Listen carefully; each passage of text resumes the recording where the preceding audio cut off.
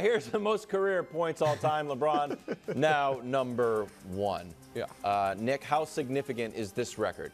Well, if this record doesn't matter, then no NBA records matter. But first, I want to talk about that moment, because that was a great moment, because LeBron and Kareem have not always had the greatest relationship.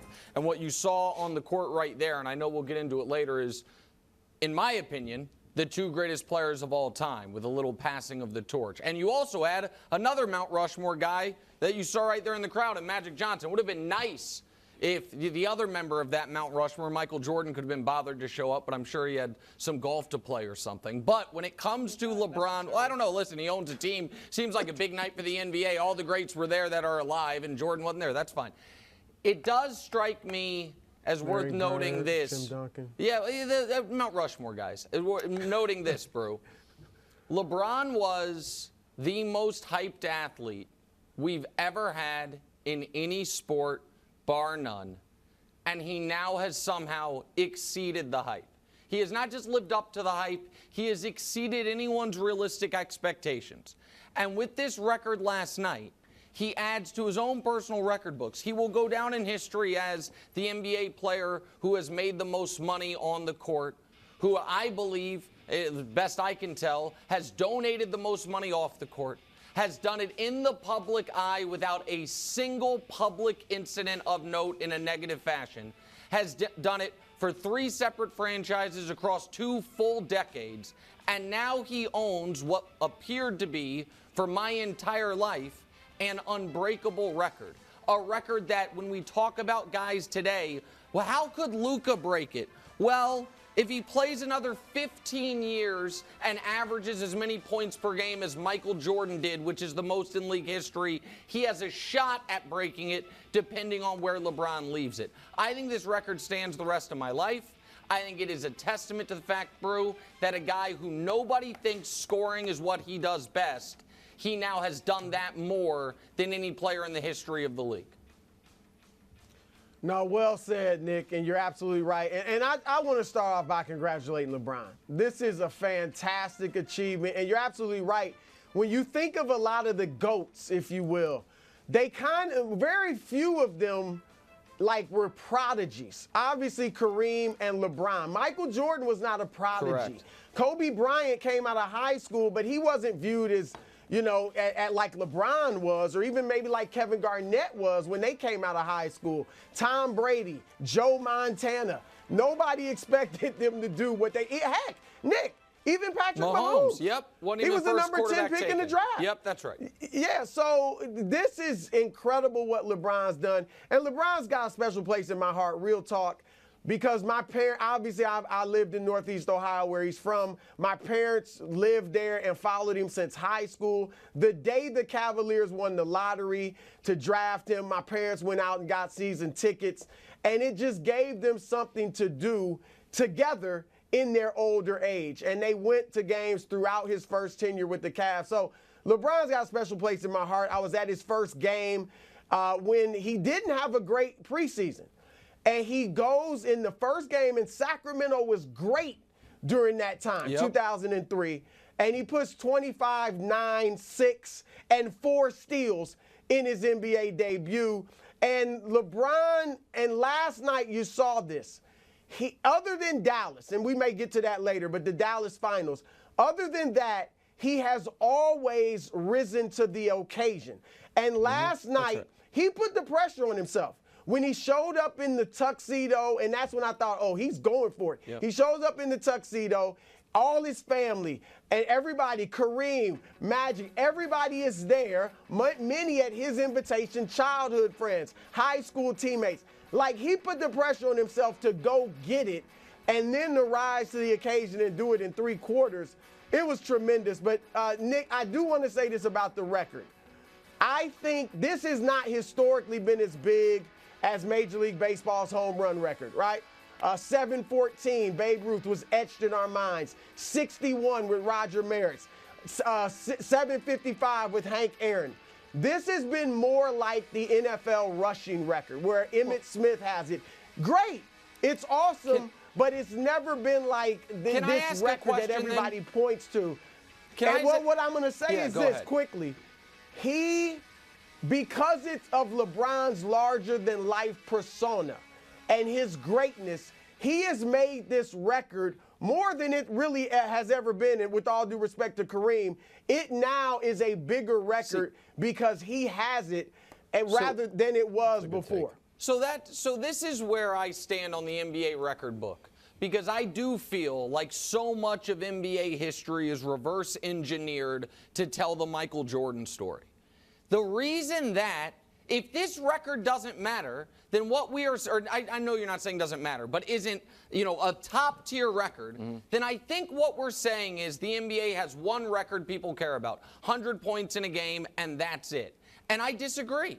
Because you can't point to anything else, and the only logical reason I can find for that is because the guy most people have considered as the greatest player ever doesn't hold any of the records. But I am as certain as I am that I am sitting here right now, that if Kobe Bryant had broken this record, it would be treated as if it were the most important record in league history. Certainly, if Michael Jordan had broken this record, it would be treated as if it were the most important record in NBA history. So I would just ask, if this record isn't something, then does the NBA have no records that matter? Like, what is the record then? It's not the steals record. It's not the assist record. What is it? I think people, Nick, would look at championships, even though that's Bill Russell. I think they would look at MVPs. If you get Kareem. 7, now you've topped Kareem. I think points per game. And we'll get into this longevity versus peak. But I just don't think the NBA records. I mean, Larry Bird is 36th in the league in all-time points. And yet almost everybody has him as a top 10 player. Tim Duncan, 16th. Karl Malone is 3rd in total points, 7th in total rebounds, and he's nowhere near the top 10 discussion. Dirk is 6th in total points. Is he the greatest scorer ever? It's not a slight on LeBron in this mark, but this has never, that's not how the NBA has measured the all-time greats, by how many total points or total rebounds. It's more per game in the NBA. I thought that was very interesting. I thought something that's being overlooked is how LeBron has been able to manifest everything he set out to do. And you touched on it a little bit, Nick, but just to put it into, average person's perspective, if you try to have a to-do list of, 7 things that you want to get done this month, you might get to about 5 of them. You're like, I got to get my oil changed. So it's hard to get stuff done. And he has set out and accomplished so many things on his checklist, from, obviously like winning a championship for Cleveland, attacking this record, empowering Rich and setting up an entire agency. Like, you know what, I'm not going to go see, I'm going to do this. And everybody's like, no. And it worked. Setting up a whole media company. It works. The school works. Political activism works. It has all manifested, and there is a certain unstoppable nature to his velocity to get things done that I think is just amazing. And on the micro level, everyone, and Broussard, you mentioned it, when they saw him in the outfit and he came with his headphones, like, oh, he's going to do it tonight. 36 points is not easy to do. And it's like, oh, this is fait accompli. Of course he's going to do it, because he's able to bend, the NBA universe and the world to his will through determination and hard work. It's amazing. Listen, I echo all of that, and I think it does speak to that. I think, Wildes, you might have taught me this phrase. That at times, and we're about to do it in about 60 seconds, but comparison can be the thief of joy. Oh, yes. Which is because so much of LeBron's entire career, up to and including what we are going to do right here, right now, has been about comparing him to ghosts and legends. We have not taken as much time to stop and say, my God, he did everything. Yeah. He did everything he said he was going to do. And now, some things, I'd never heard him mention the all-time scoring record until a few years ago. And now there is a new thing on the list, and that is play with his son. And that is something that I think we all believe, whether it's on his son's own merits or not, LeBron will bend that universe to his will as well, to use your turn of phrase, and make that a reality. LeBron also broached the... Wildes, Oh, go, bro. can I add one quick thing to what you said? Of course. The family that raised LeBron for about a year and a half or a few years when he was, a young kid, the Walker family, when LeBron was in 7th grade, and they told me this story, and the grandfather of the family went to pick LeBron up from school. The principal of the school rushes out to meet the grandfather and says about LeBron, this kid could be the president of the United States. This is when he was in 7th grade.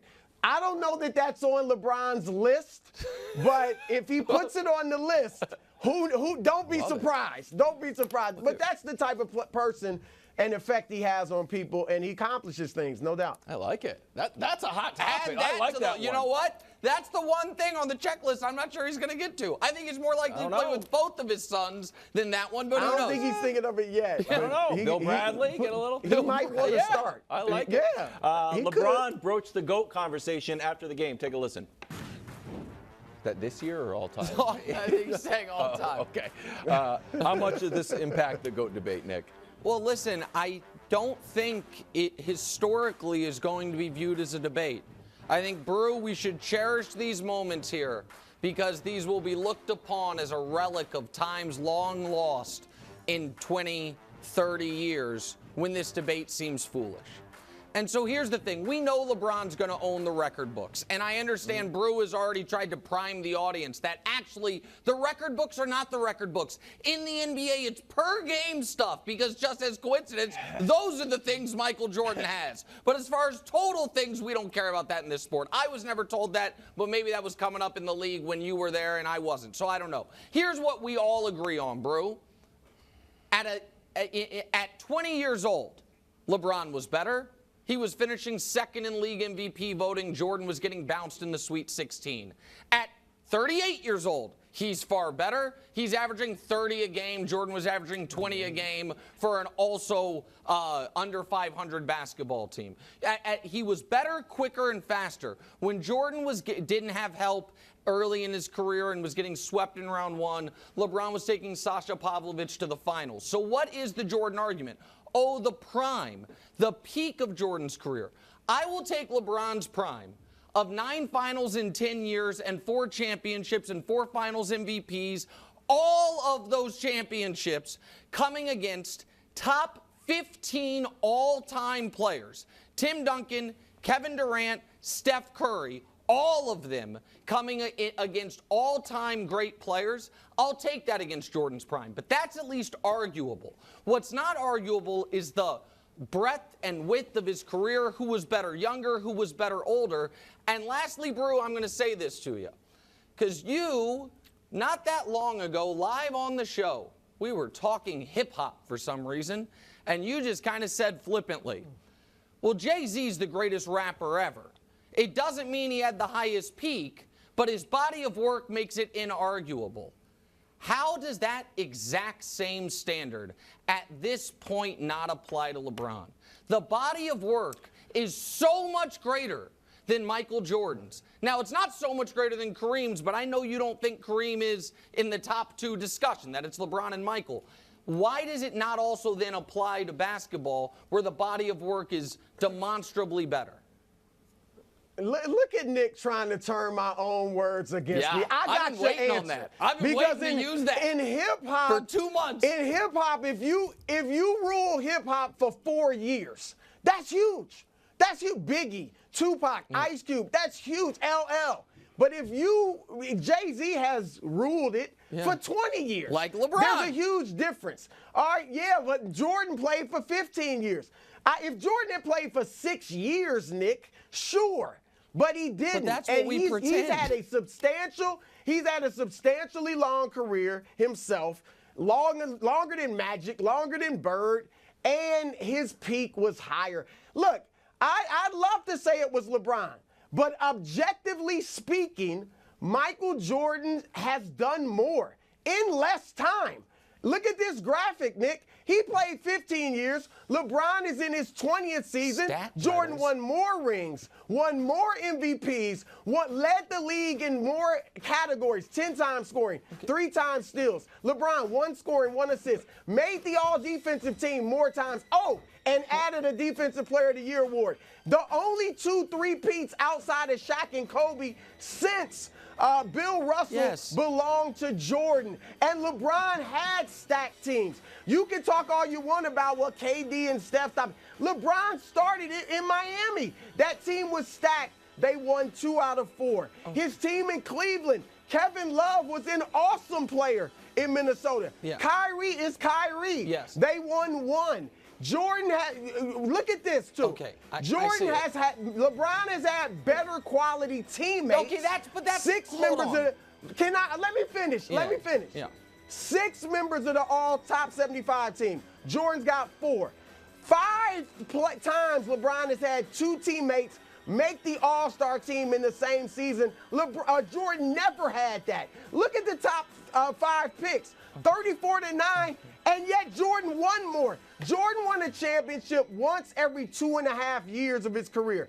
LeBron, if he doesn't win it this year, will win one once every 5 years. Yeah. I mean, hold on a case second. Closed. LeBron's number 2, but Jordan's number 1. But so here's the problem. The problem is this, is you've had LeBron 2 for 5 years. So what you're saying is that the gap was that demonstrable, and that's ludicrous. And while I respect the full screens you made, they are wildly misleading. Because I could throw up the full screen of, here are the categories LeBron has Jordan waxed in, and I think we can throw it up quickly. It's only about 75 things. But those are things you don't care about because they are totals. And you threw on all defenses. Let me ask you a question here. What about all NBAs? That here in a couple months is going to be 19-11. If LeBron ends up doubling Jordan's quality seasons, doubling them, it's not going to move the needle for you. And the top 75 players, when that includes Russell Westbrook at the very end, is a little bit of a dirty pool and misleading. Robert Parrish but and that's George fine. Gervin for LeBron, for Michael MJ Jordan. Too. I mean, it's both of them. But on the teammates thing, Brew, the teammate LeBron James has played the most games with in his career is Zydrunas Ilgauskas, and number 2 is Anderson Varejao.